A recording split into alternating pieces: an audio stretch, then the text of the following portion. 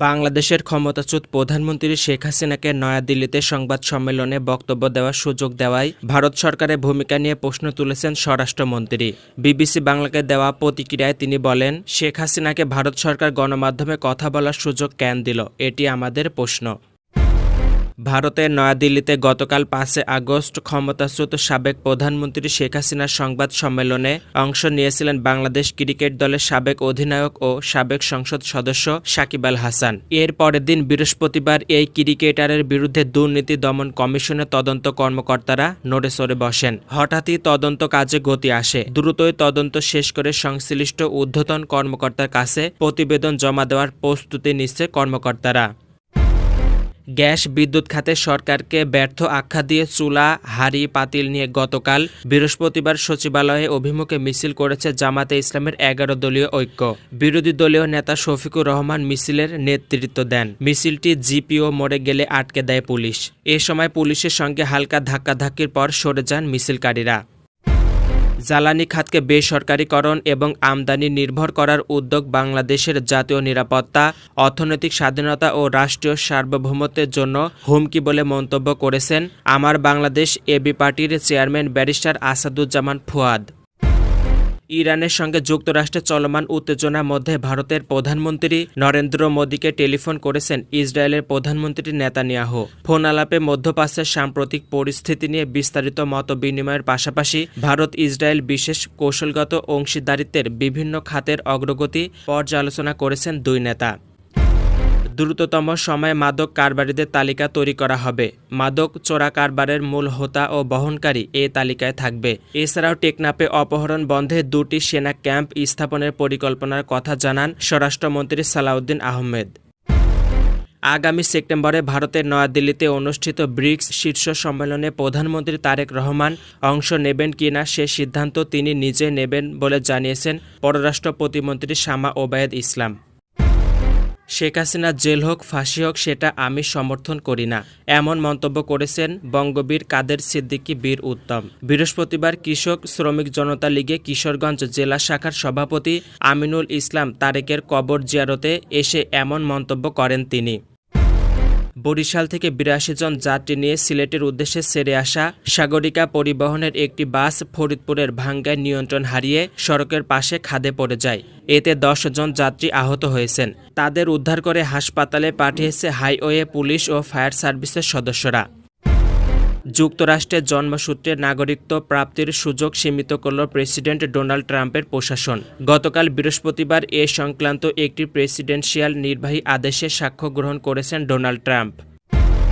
দেশের সোনা ব্যবসাকে প্রাতিষ্ঠানিক কাঠামোর আওতায় আনতে নতুন নীতিমালা প্রণয়ন করছে সরকার। বৈধ আমদানি, ডিজিটাল হিসাব, মজুদ নিবন্ধন, কর ও শুল্কের স্বচ্ছতা এবং মূল্য সংযোজনের মাধ্যমে রপ্তানিকে গুরুত্ব দিয়ে তৈরি হচ্ছে সোনা নীতিমালা ২০১৮ সংশোধিত ২০২৬।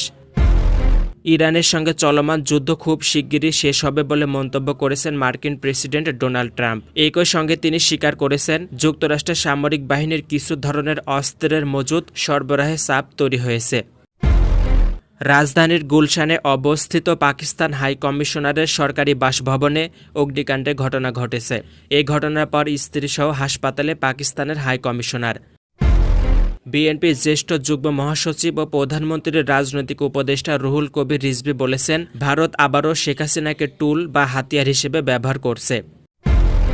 বিশ্বকাপের অংশীদারিত্ব বেসরকারি বিনিয়োগকারীদের কাছে $২০ বিলিয়ন বিক্রির বিতর্কিত পরিকল্পনা নিয়ে ভুল স্বীকার করেছে ফিফা। একই সঙ্গে সংস্থাটি জানিয়েছে ভবিষ্যতে তাদের সুনাম, সুশাসন, অখণ্ডতার বিরুদ্ধে কোনো ধরনের হুমকি বা আক্রমণ মেনে নেওয়া হবে না।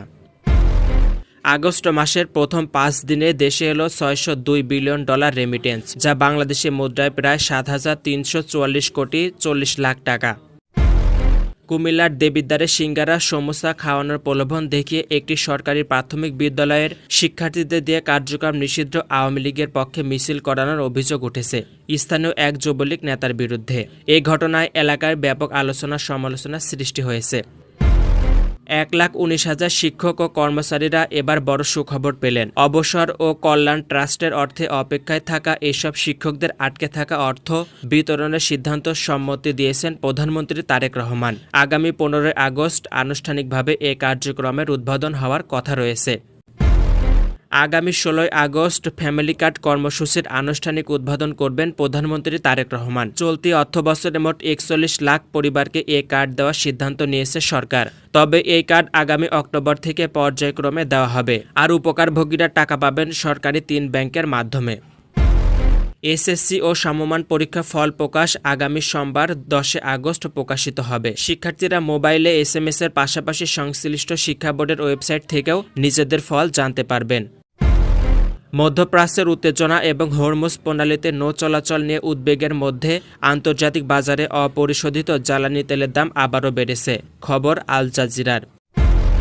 সরকারি অফিস চলাকালে প্রাইভেট চেম্বারে অবৈধভাবে চিকিৎসা সেবা প্রদান করায় এক চিকিৎসককে বরখাস্তের নির্দেশ দিয়েছে স্বাস্থ্য ও পরিবার কল্যাণমন্ত্রী। 1279টি মসজিদ থেকে মাইক ও লাউডস্পিকার অপসারণ করেছে রাজ্য পুলিশ। অভিযানে প্রায় 200 মন্দির থেকেও লাউডস্পিকার অপসারণ করা হয়েছে। ভারতের একাধিক গণমাধ্যমে এ তথ্য জানানো হয়েছে। অনলাইন জুয়া ক্যাসিনোর পরিচালনার অভিযোগে ঠাকুরগাঁও সদর উপজেলার জামালপুর ইউনিয়ন থেকে খোরশেদ আলীকে গ্রেপ্তার করেছে ডিবি পুলিশ। তিনি একাই 38টি ক্যাসিনো অ্যাপ পরিচালনা করতেন বলে অভিযোগ রয়েছে।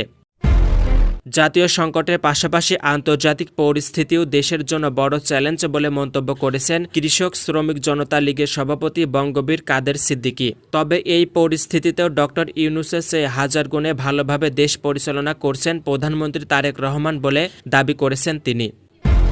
স্বর্ণালংকার কেনার নামে 57,05,000 টাকা জাল নোট দেওয়ার অভিযোগে মোহাম্মদ রুবেল আহমেদ ফকির নামে এক ব্যক্তিকে গ্রেপ্তার করেছে পুলিশ।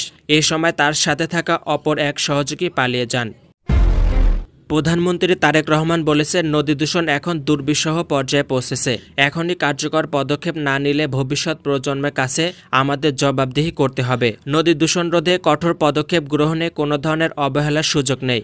কর্মপরিকল্পনা প্রণয়নের পাশাপাশি এর কার্যকর বাস্তবায়নও নিশ্চিত করতে হবে। পশ্চিমবঙ্গের বিভিন্ন মসজিদে আজানের মাইক অপসারণ নিয়ে রাজ্য পুলিশের বিরুদ্ধে চাপ সৃষ্টির অভিযোগকে কেন্দ্র করে রাজনৈতিক ও ধর্মীয় মহলে তীব্র বিতর্ক শুরু হয়েছে। স্থানীয় মসজিদ কমিটিগুলোর দাবি, থানার পুলিশ মৌখিকভাবে মাইক খুলে ফেলার নির্দেশ দিচ্ছে। তবে প্রশাসনের পক্ষ থেকে জানানো হয়েছে, আদালতের নির্দেশ অনুযায়ী কেবল শব্দ দূষণ বিধি কার্যকর করা হয়েছে।